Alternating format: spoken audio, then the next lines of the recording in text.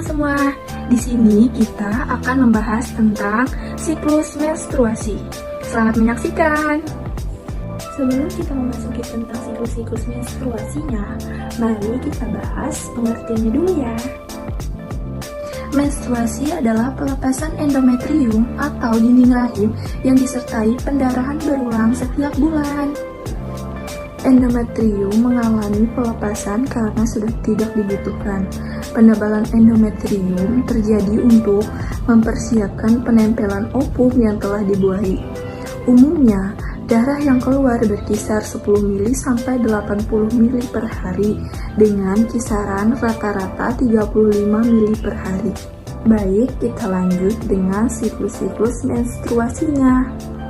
Ini adalah tabel tentang siklus menstruasi. Siklus menstruasi ini terbagi menjadi 4. Yang pertama yaitu menstruasi, yang kedua yaitu praovulasi, yang ketiga yaitu ovulasi, yang keempat adalah pasca ovulasi. Lalu dalam siklus menstruasi ini terdapat siklus ovum, hormon, dan siklus uterus atau rahim. Sekarang kita memasuki fase yang pertama, yaitu fase menstruasi. Fase menstruasi ini diawali dengan tidak dibuahinya sel ovum.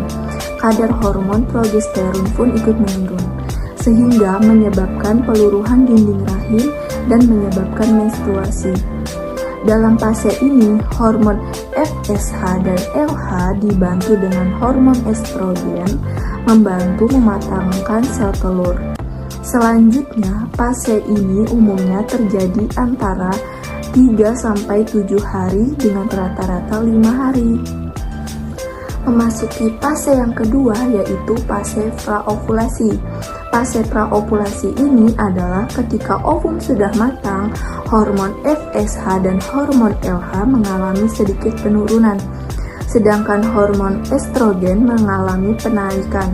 Seiring dengan naiknya hormon estrogen, dinding rahim pun ikut mengalami penebalan. Kedua hal ini terus naik hingga ke tahap maksimal. Memasuki fase yang ketiga yaitu fase ovulasi. Fase ovulasi ialah setelah mencapai titik maksimalnya, di mana hormon estrogen mengalami penurunan. Pada fase ini terjadi peningkatan hormon LH dan hormon FSH secara mendadak tinggi. Hal ini menyebabkan folikel pecah dan mendorong ovum atau sel telur keluar dari ovarium. Pelepasan ini biasanya terjadi antara 16 hingga 32 jam setelah hormon LH dan hormon FSH naik. Memasuki fase yang terakhir atau fase yang keempat yaitu fase pasca ovulasi. Fase pasca ovulasi ialah setelah ovum terlepas folikel yang ditinggalkan membentuk korpus luteum. Korpus luteum ini akan melepaskan hormon progesteron yang menyebabkan kenaikan suhu basal yang menandakan tubuh sedang dalam masa subur.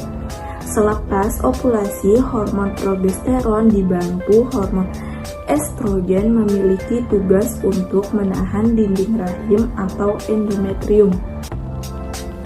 Namun, lama-kelamaan korpus luteum ini hancur dan tidak memproduksi hormon progesteron. Hal ini menyebabkan endometrium mulai luruh dan terjadilah menstruasi selanjutnya. Nah, itu tadi adalah penjelasan mengenai siklus menstruasi. Terima kasih.